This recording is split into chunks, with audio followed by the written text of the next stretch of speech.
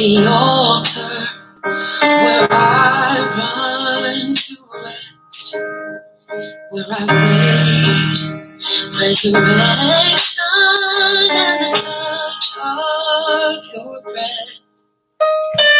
I die now daily because I've learned to live in the grace that belongs to all who are born again. I am cleansed, I am washed, I am sanctified, I am Holy Ghost filled and water baptized. I am right with my God for all time. 'Cause Jesus, my Savior's alive.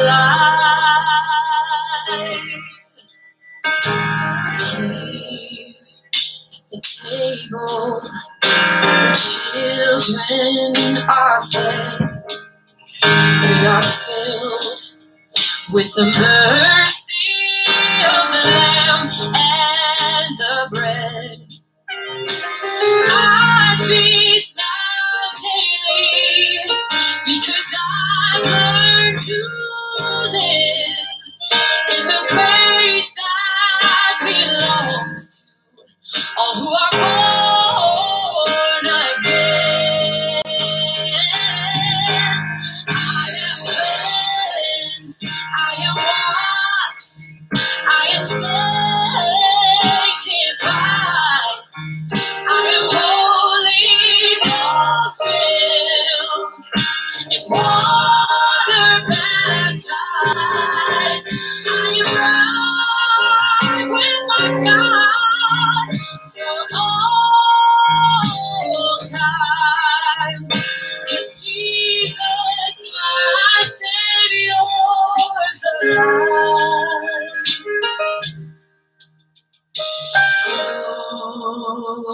Glory, glory, this is what is called glory. Glory, glory, this is what is called glory.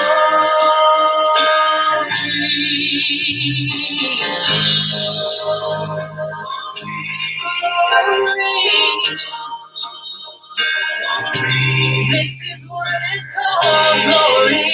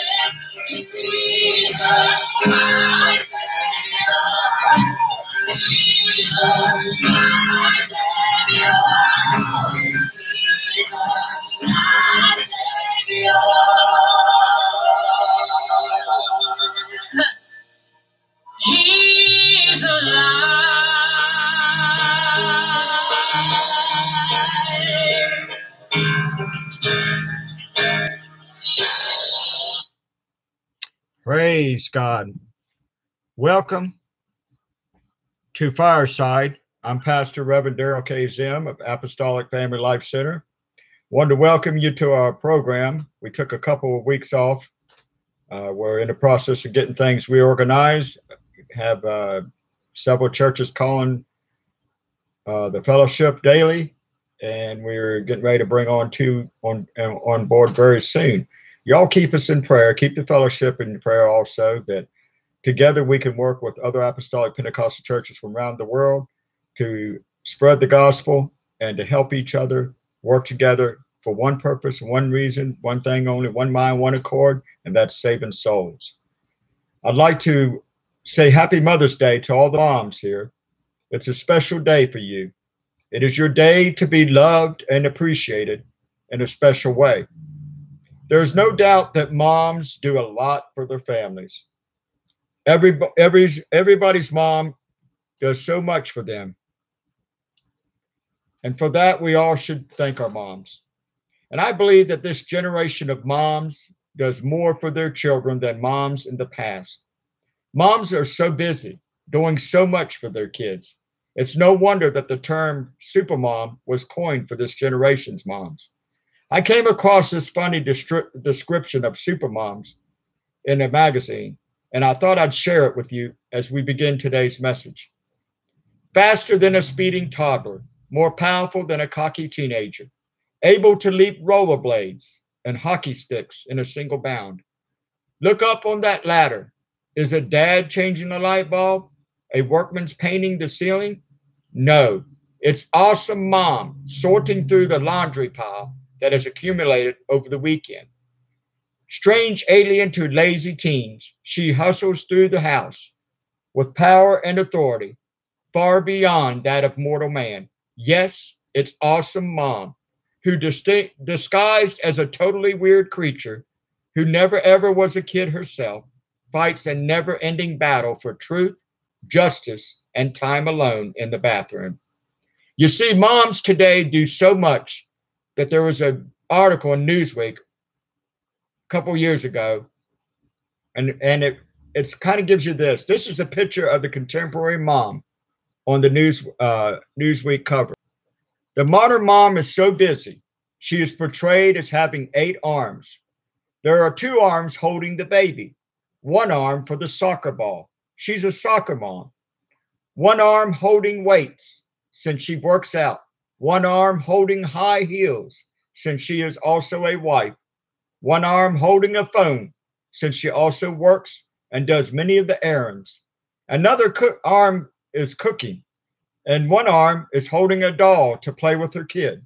Wow. And all the while, she's still smiling. I don't know about that, but I think she's probably should look more tired than smile.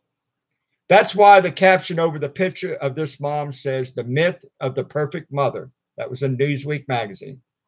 In other words, some moms think that they have to do it all. They feel the pressure to be everything to their kids, that they are really stressed out. That smile on the mom is a myth. In reality, she's not smiling. Recently, a mom who lives in the D.C. area, Judith Warner, wrote a book that has been widely talked about, titled Perfect Madness, in which she interviewed 150 women across the country, and it confirmed what she felt intuitively. She realized that she and many other moms were really overdoing it as a mom, with all the kids' activities. The pleasures and joys of motherhood were being slowly but surely replaced by stress and a slow boiling anger. So the book is making fun of herself for wanting to be such a perfect mom that she drove herself batty and incredibly stressed. In fact, there's now a counter movement against the perfect mother stereotype. A book that was published last year has the interesting title, Confessions of a Slacker Mom, written by Muffy Med Ferrer.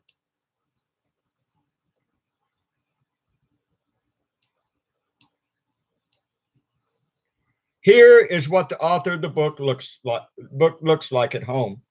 She has a strange sense of humor in this book. It is deliberately written to humor.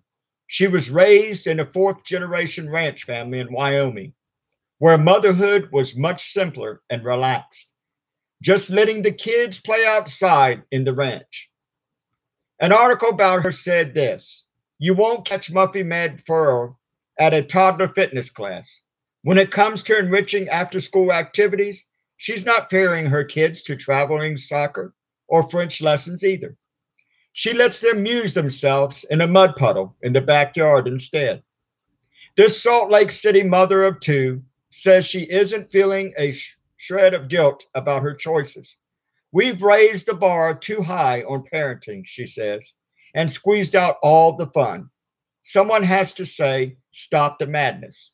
Last spring, Madfurl published her manifesto, Confessions of a Slacker Mom, which called on women everywhere to park the minivan, bow out of the child rearing sweepstakes, and lighten up. So which is it? Perfect mom or slacker mom or something in between? I have a lot of empathy for mothers today. I really sense moms are under a lot of stress. The stress they're trying so hard so is that their kids get every advantage. You see, I know I'm not a mom, I'm a dad, and it's different being a mom than a dad. There are certain things that only moms take on and feel the pressure. And no matter how much dads do, and how many dads today are doing more than their own fathers did, moms still carry more of the burden of raising children. Elizabeth and they do carry more of the burden of raising children. My wife and I have tried to steer a middle course, a course that made sense to us and what we can realistically do. We definitely know that we're not perfect parents. Rhonda and I know that. We have made mistakes like all other parents have. I don't believe there's a set of parents that hasn't made a mistake. There's no perfect book or best-selling book on how to be a parent. You learn on the job. But we have not wanted to participate in this perfect madness, as the book calls it, of wanting to enrich our kids with too many activities that it stresses us and them out. But we also didn't want to be slacker parents either. We have tried to be sensible about how much we should do for our kids. And I admit there's a lot of pressure of trying to do more or give them more. Sometimes you just have to say no. So, for example, we have tried not to have the kids take part in activities that would require them to miss Sunday worship, because that's important to us. Activities do add stress, and the more activities we have, the more stress we have. Now, there's a good stress too, which stimulates our life, but there's also bad stress, and there's also too much stress. So the trick is to know when it is too much and when it becomes bad. But even aside from all the activities, my brothers and sisters, that the modern kid is able to participate in, just being a parent is not easy. I'm sure each of you would agree with me today. And there are times when every parent and every mother will feel some sense of desperation. That's why my message or talk tonight is titled simply Desperate Mothers. That's because it's not easy to bring up a child. We all want our children to be happy and healthy and well adjusted.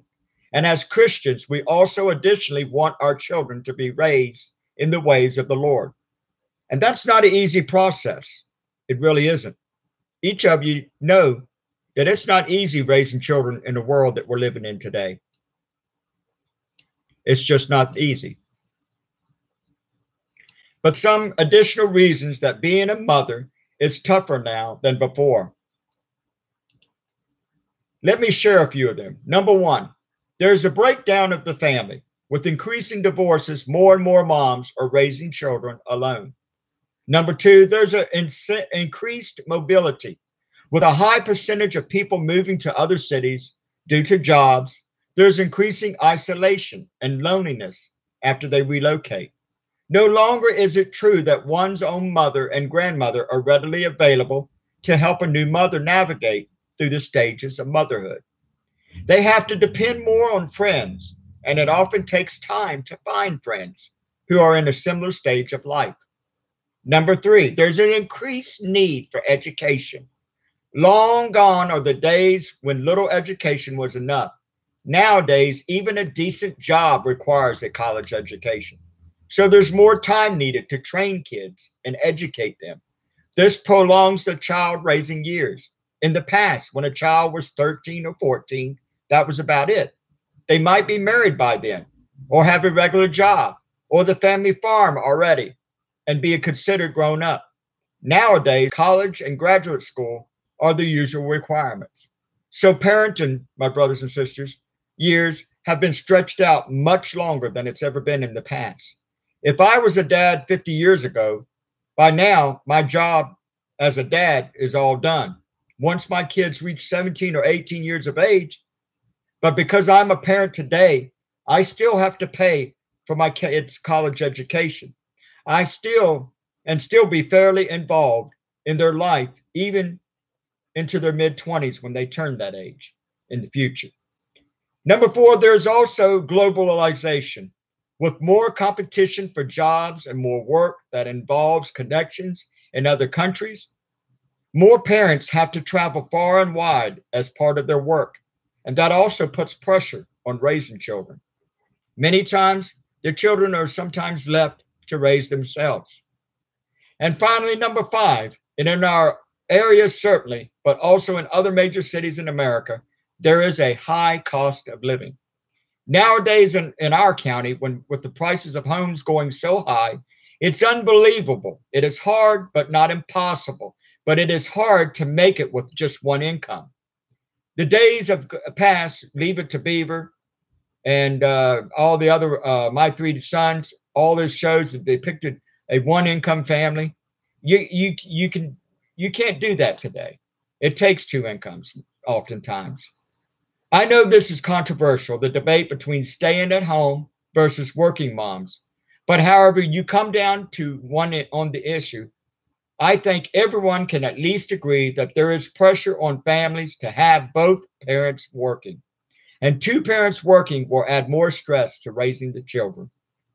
These are a few of the new realities in our society today, my brothers and sisters, that as today as parents find ourselves in that previous generations did not have. This is why parenting today is more stressful. This is why TV shows today have titles like Desperate Housewives, Nanny 911, Super Nanny, because living in today's world is more stressful and complicated in many ways than ever before.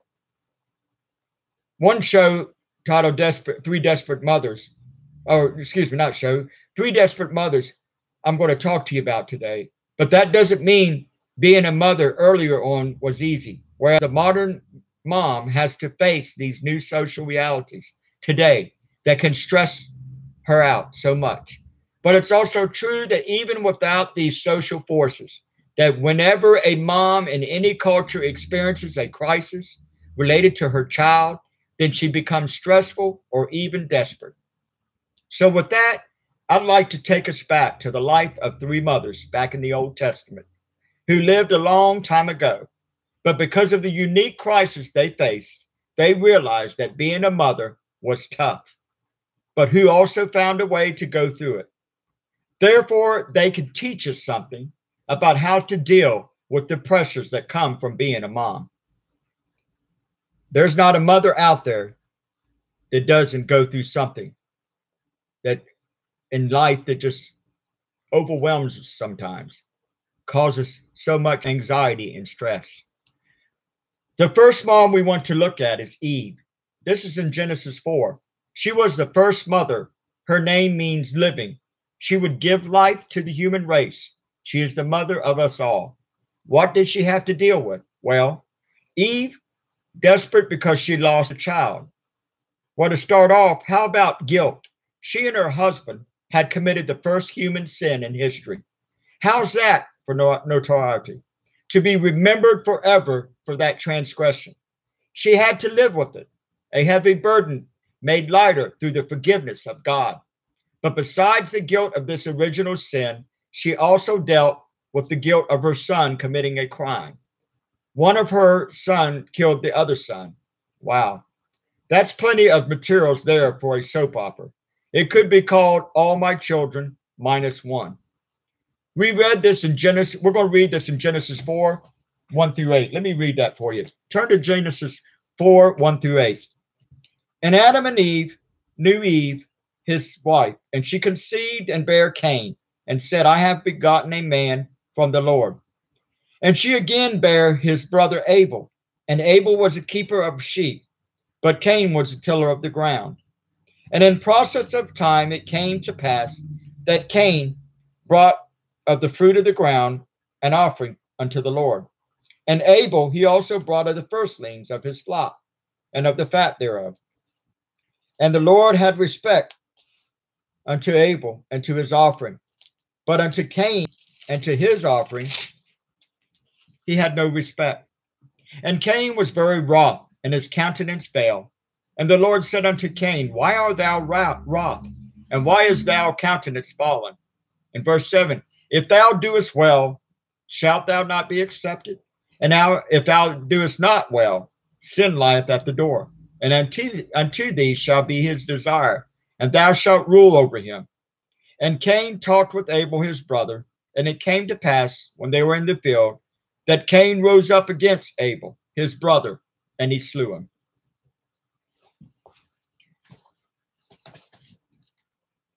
One of her sons, Cain, killed her other son, Abel. Imagine the grief, the horror. That's the stress brought on by a huge crisis.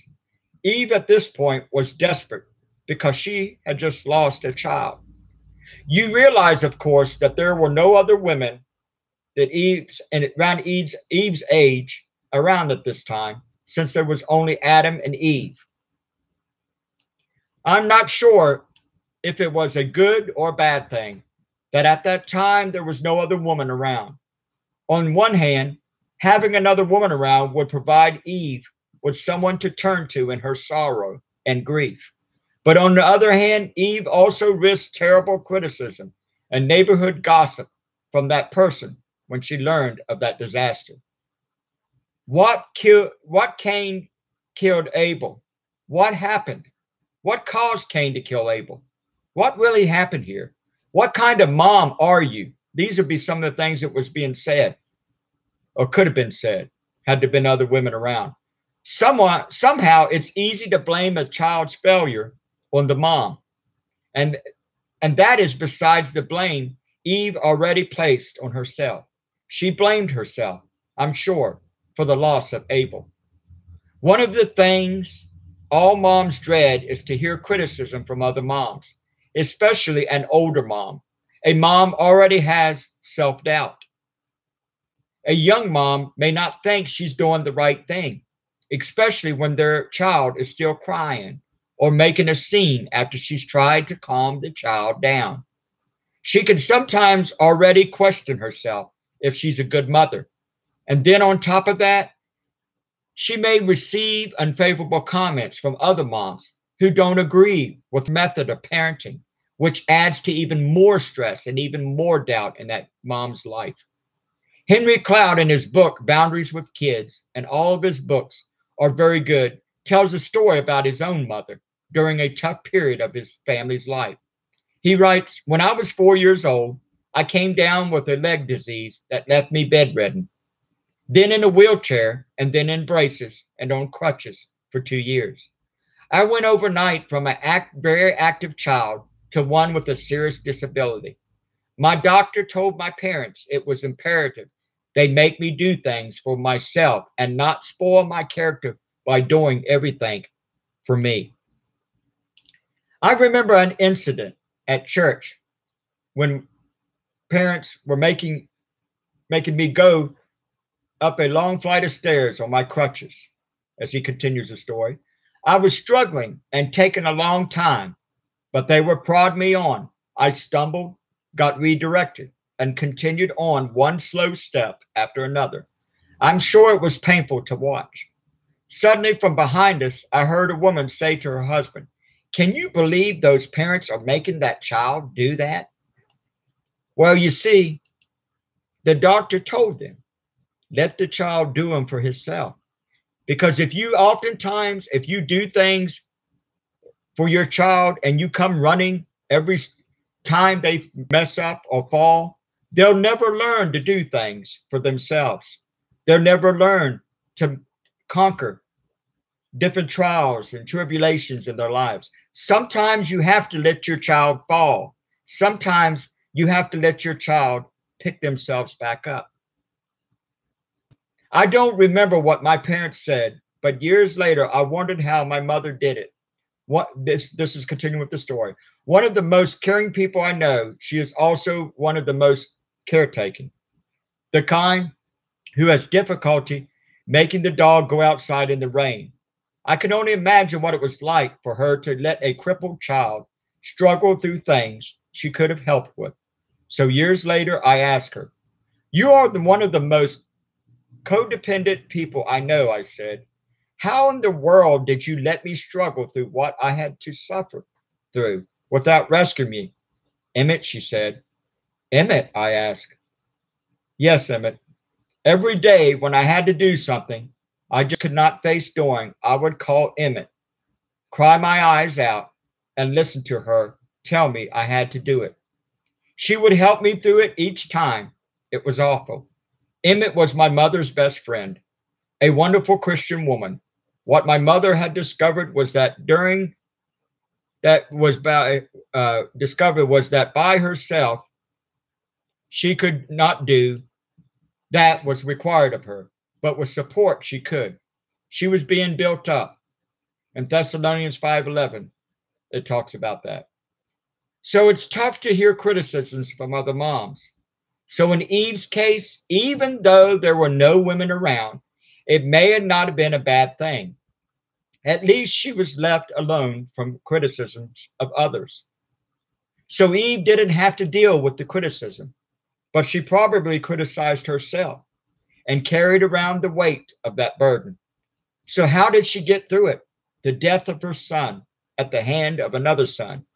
In the same way that she acknowledged the birth of her children with the help of the Lord. This mother, in spite of her kids not turning out the way she had hoped, put her hope and her trust in God. She grieved his death and she waited on the Lord. We see her attitude and acceptance later in chapter 4, verse 25. There it says, Adam lay with his wife again, and she gave birth to a son and named him Seth, saying, God hath granted me another child in place of Abel, since Cain killed him. She grieved the loss of Abel, never forgot about him, but she also accepted and praised God when she received the gift of another child to take his place. She was the mother of the living, and she trusted in God, that God would bring more life from her. So the application is this, my friends. If any mom has lost a child, it is tough. It may be the toughest thing a mother will ever face, but it's also equally true that you still have life in you. You can still bring forth more life, perhaps in the form of another child, but if not, then certainly in giving life and joy to the child that you still have, or giving life and joy to other children who may not be yours. Life can still be enriched. Jochebed, because her child is in danger. A second mother we can learn from is Jochebed, Moses' mother. In her case, it's all about protection. In the dangerous environment she lived in, protecting her child was the main thing. She faced desperation because her child was in danger. Jochebed lived as a slave in a foreign country. She had no rights. She worked hard, backbreaking labor, like some of our own mothers today.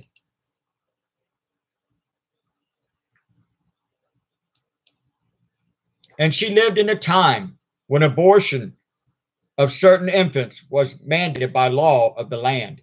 In this case, Egypt, through the Pharaoh, that all Jewish boys had to be killed at birth. Jochebed gave birth to a boy. in a strange twist to some modern countries whose birth practices encourage the keeping of boys. In Egypt at this time, it was the girls who were allowed to live and the boys killed. It all had to do with different social reasons the government imposed. I believe that Jochebed was hoping for a girl to be born. She knew the dangers of giving birth to boys, but she also knew that life is precious, boys and girls, because it is the Lord who gives life.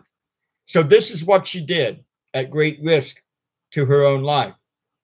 We can read it in Exodus chapter 2, verses 1 through 10. If you'd like to turn with me there, Exodus chapter 2, verses 1 through 10.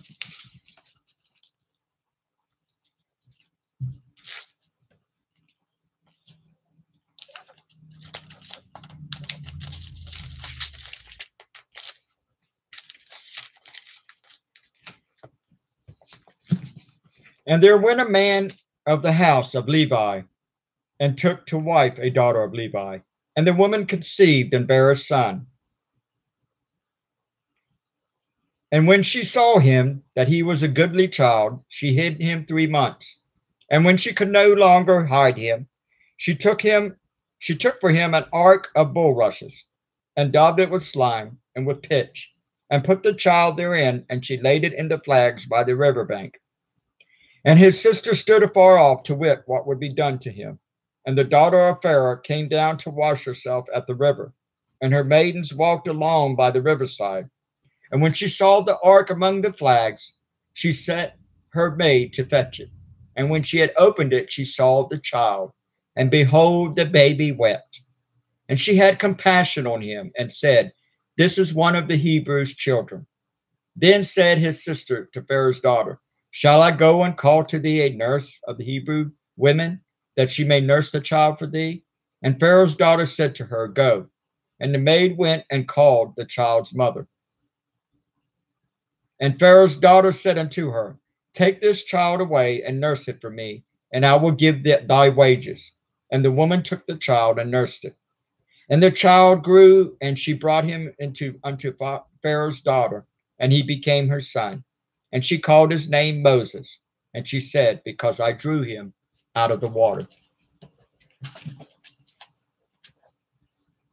She found the courage to hide this boy from danger. She protected him from harm. And as a reward for her faithfulness and recognition of the preciousness of life, God turned around and gave Jochebed her son back to her to actually raise as her own. And now, under the protection of the daughter of Pharaoh, instead of being left to the blatantly unfair laws of the land against her people. What is the application here, you might say? Well, when Jochebed realized her mothering experience was going to be only a short 3 months, and then she had to let go, she realized what she had to do and floated Moses in a papyrus basket down the Nile to who knows what awaited him. But she knew that she could not do any more at that point. So she released him. And God is good to us, that if we have no choice but to release our child, that God will bring others along who will also care for our child. Those people will care for our child in different ways than we will, but still in important ways. I hope this encourages moms who have to let their kids go to college. You might also feel as if you are floating them down a dangerous path in the world, but God will use other people to also care for your kids. God can use others besides us to help our children. Another application we can get from Moses' mother has to do with activities. Moses, like some kids, was blessed to be able to take part in more activities than other kids. Moses grew up in a palace fit for a king. He was able to have his life enriched with archery, horseback riding, swimming, private tutors for math and science and language and arts. I mean, talk about enrichments. This guy, Moses, had it all. But you know what? When God gives you more, remember one thing, God also wants to use you more. And God later on used all of Moses' training and enrichments to benefit other people and to serve God. He became a servant leader. So enrich your kids with the boundary being not stress them or yourself out. And also encourage them to be servant leaders with the abilities that you've taught them. Another mother, Hannah, desperate because she could not have a child. The third desperate mother we want to see about is Hannah. In 1 Samuel, we see a woman who was desperate because she could not have a child. Some women just want to be a mom, but they can't. How desperate did Hannah get? When we turn to 1 Samuel 1 through 11, we could read those words. Let's turn there for a moment. 1 Samuel 1, 1 through 11.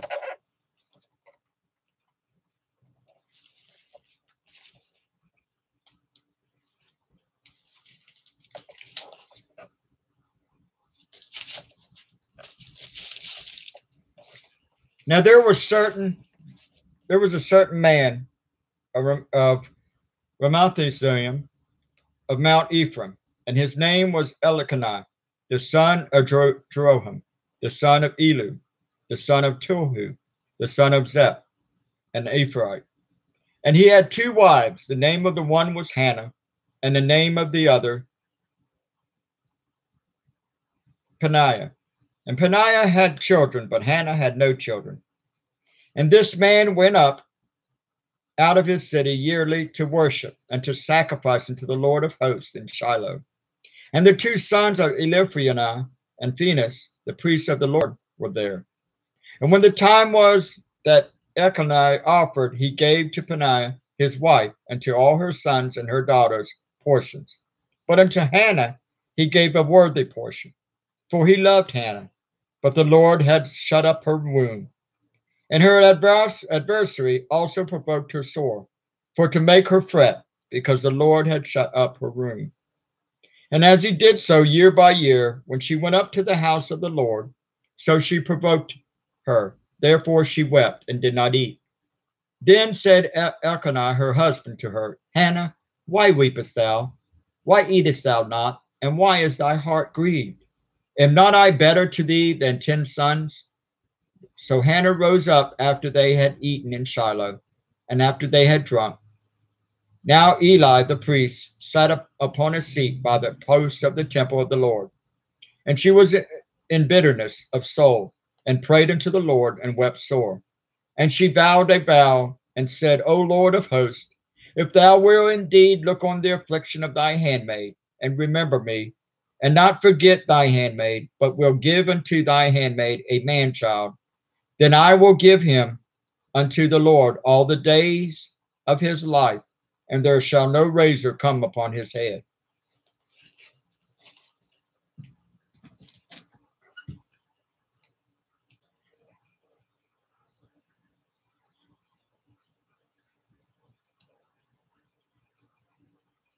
You see, Hannah was so desperate for a son that she prayed and she made a vow to God.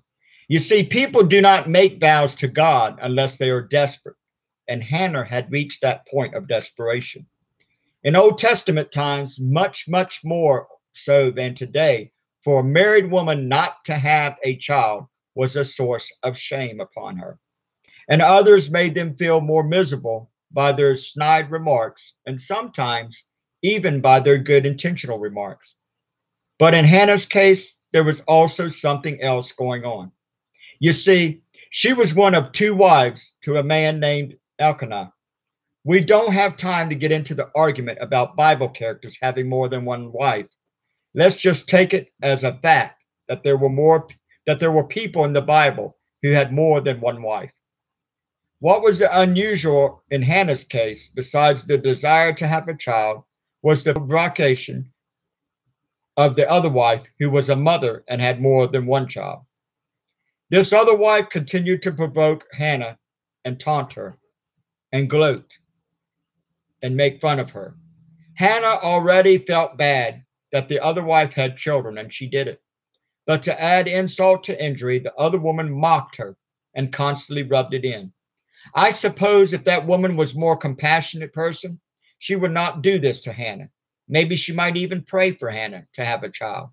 But because she was so spiteful, and maybe because of the nature of having two wives, she was not going to offer any comfort to Hannah at all. I believe it is this factor that made Hannah pray so hard to have a child.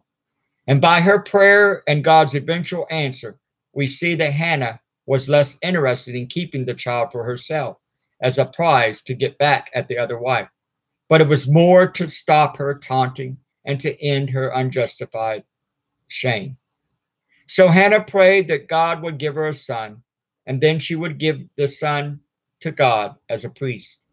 This interpretation of her motive is supported by what we hear from Hannah later on when she prayed after giving the child back to God. It says in chapter 2, verse 1, Then Hannah prayed and said, My heart rejoices in the Lord. In the Lord my horn is lifted high. My mouth boasts over my enemies, for I delight in your deliverance. And again in verse 3, Do not keep talking so proudly, or let your mouth speak such arrogance. For the Lord is a God who knows, and by him deeds are weighed. So what is going on here is that due to the persistent, unjustified personal attacks on her, Hannah turned to God for help. And the one thing that would silence her foe was a child, which is what God gave her. But it also shows something of the solid character of Hannah, that she's willing to make her point to her enemy, but not rub it in. She would not keep her son in the home and make her enemy feel miserable all her life, but she would give the child to God as a servant of the Lord. End of story. Point is made. Her enemy is silenced. And what was the name she gave her son? Samuel, which means heard of God. Well, I need to wrap up this message now, but what is the one takeaway point that we could learn from these mothers? Well, it is this. When life gets tough and pushes us against a wall, we all become desperate creatures.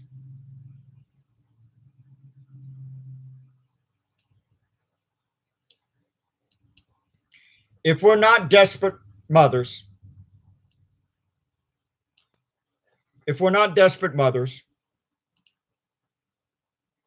we might be desperate husbands or fathers, or perhaps desperate girlfriends or boyfriends.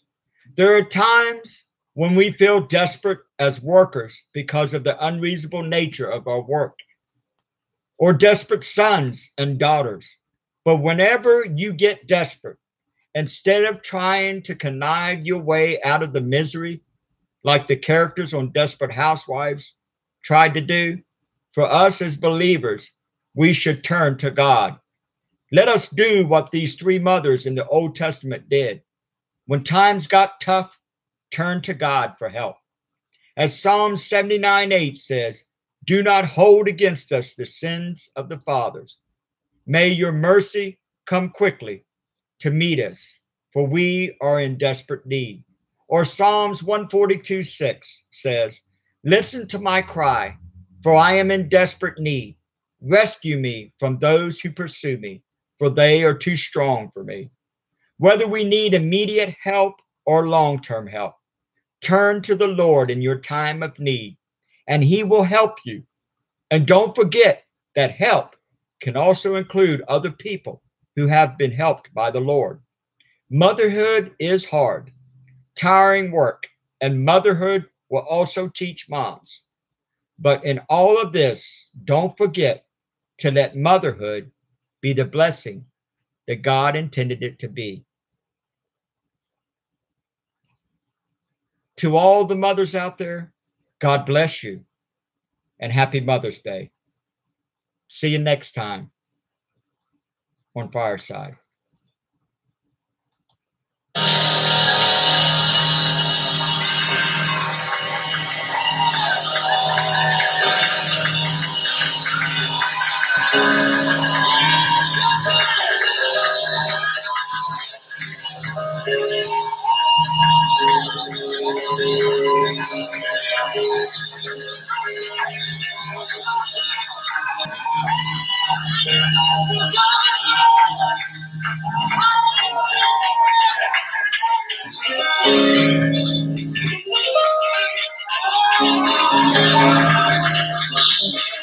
And what can wash away my sin? Nothing but the blood of Jesus. What can make me whole again?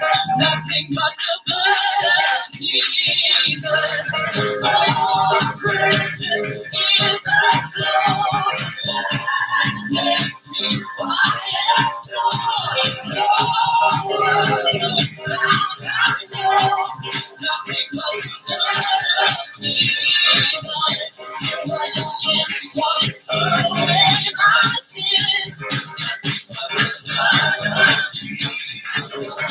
And what can make me whole again? Nothing but the blood of Jesus.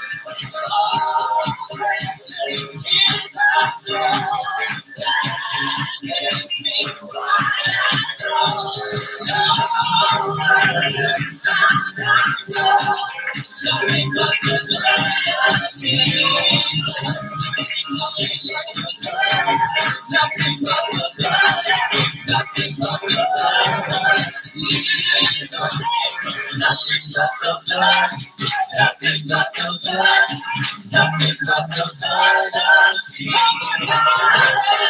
Nothing but the blood. Nothing but the blood. Nothing but the blood of Jesus. Oh, Jesus, that makes me white as snow. Oh, nothing but the blood. Nothing but the blood. Nothing but the blood. Nothing but the blood. Nothing but the blood. Nothing but the blood. Nothing but the blood. Nothing but the blood. Nothing but the blood. Nothing but the blood. Nothing but the blood. Nothing but the blood. Oh, precious is the blood that makes me white as snow. Oh, found I know.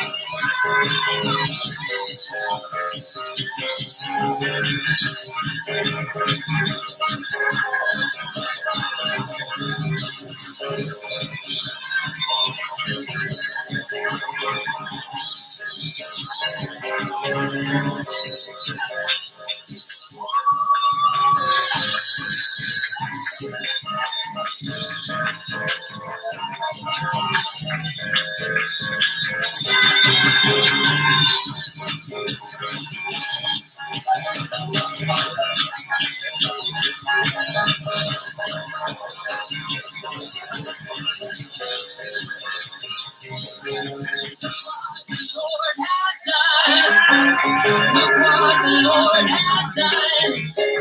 He healed my body, touched my mind. He saved me just in time. I'm gonna praise His name.